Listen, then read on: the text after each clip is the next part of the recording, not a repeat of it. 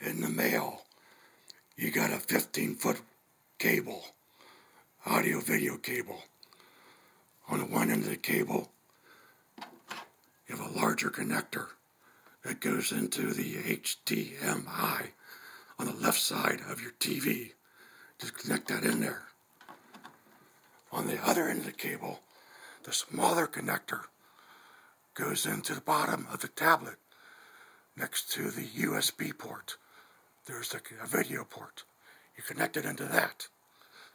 And then you go to the TV and go to the menu.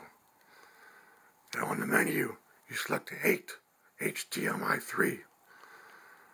Go all the way to that.